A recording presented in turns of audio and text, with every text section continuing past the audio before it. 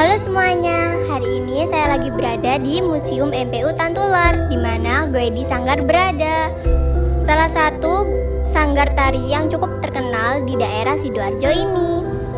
Oh iya, kita akan mengobrol secara langsung gimana sih awal mula Goedi Sanggar ini berdiri, siapa saja di baliknya, dan kegiatan seru apa saja yang bisa dilakukan di sini.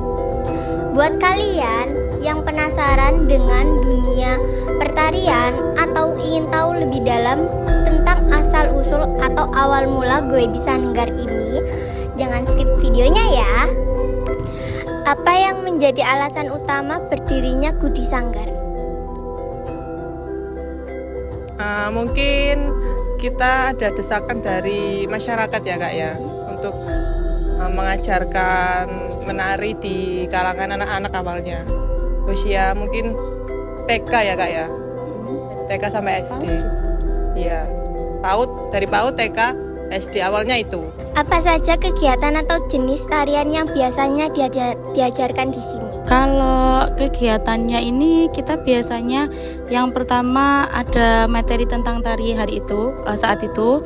Yang kedua itu ada materi tentang tata rias, terus tata busana sama hairdunya. Kita juga ada materi tentang olah tubuh kalau di istilahnya kita, tapi kalau untuk umumnya ya fisik, terkait itu lari atau untuk intinya menambah kekuatannya, ketahanan buat menarinya sama kelenturan tubuhnya kayak gitu. Terus kita juga ada review materi Kak, jadi nggak hanya tarian materi yang di saat itu aja, tapi sebelumnya yang udah didapat kita juga mengulasnya, jadi biar nggak lupa gitulah kasarannya.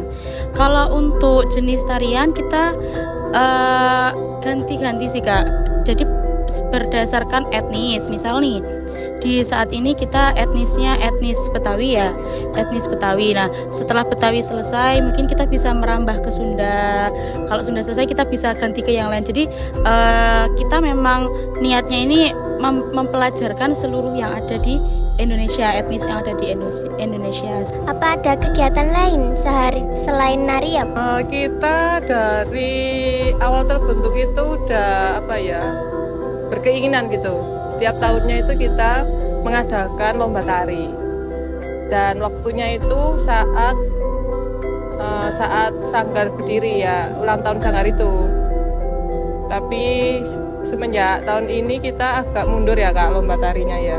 Selain itu ada juga kunjungan ke sanggar-sanggar lain. Jadi ibaratnya silaturahim ya Kak ya, kita ke teman-teman yang punya sanggar mungkin di Madura atau di Lumajang atau di mana. Nah kita tukar materi gitu. Siapa saja yang terlibat dalam mengembangkan sanggar ini dari awal sampai sekarang?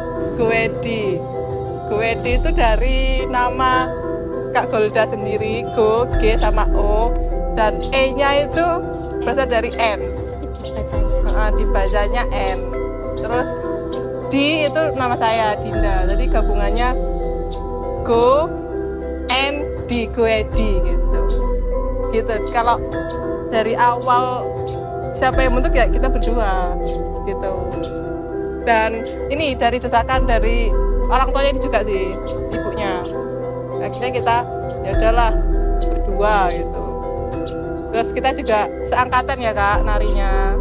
Jadi seangkatan, terus beda desa juga, terus waktu kuliah juga bareng-bareng terus. Hasil ya udah bikinnya berdua. Kapan Goedi Sanggar pertama kali mulai dibentuk atau diresmikan? Pertama dibentuk ya itu tanggal 5 September 2022. Kalau untuk diresmikan ya sebenarnya sama seperti tanggal terbentuknya. Cuman kami sudah mengurus legalitas sanggar ya Kak di Dinas Pendidikan dan Kebudayaan itu di tahun 2024. Jadi 2 tahun setelah terbentuknya sanggar kami baru mengurus legalitas sanggar itu. Seperti itu. Di mana lokasi awal sanggar ini berdiri? Apakah pernah pindah tempat?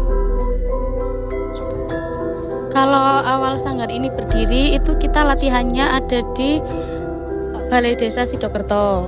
Kalau untuk perpindahan tempat latihan ada, kami dari tahun 2024 itu alhamdulillah mendapatkan izin untuk menempati Joglo Museum ini sebagai tempat latihan. Tapi kalau untuk kesekretariatannya sendiri itu tetap ada di Sidokerto seperti itu. Mengapa memilih nama? Bagaimana proses perkembangan Gudi Sanggar sampai akhirnya bisa dikenal sampai sekarang? Mungkin kita awal terkenalnya itu kita ikut lomba-lomba ya Kak. Terus habis gitu ya alhamdulillahnya yang kelas kecil itu, yang TK itu mendapatkan juara 1 di, kalau nggak salah di Stikes Surabaya. Acara BEM kalau nggak salah, acara kampus. Kita yang kecil-kecil menjuarai juara 1. Kalau kita lanjut ke Gresik kalau nggak salah, itu kita melakukan kelompok sama tunggal. Yang tunggal itu juara 1, yang kelompok juara 3. Nah setelah itu kita akhirnya dikenal, oh ada sanggar di Sidoarjo selain yang lain di Sidokerto, Gudi gitu. Dan kita di notis ya kasarannya ya, di notis itu kita mengeluarkan tarian itu yang tidak pada umumnya. Biasanya orang-orang mengeluarkan lomba itu yang viral-viral, misal dari Banyuwangi seperti itu. Kita tuh yang jadul-jadul. Jadi kayak ngasihkan ke anak-anak tuh materi yang lama-lama, bukan yang viral-viral. Tujuannya kita ya buat biar anak-anak tahu aja dulu tuh kayak gini loh tariannya kita, yang kita pelajari berdua, guru-gurunya itu seperti ini gitu.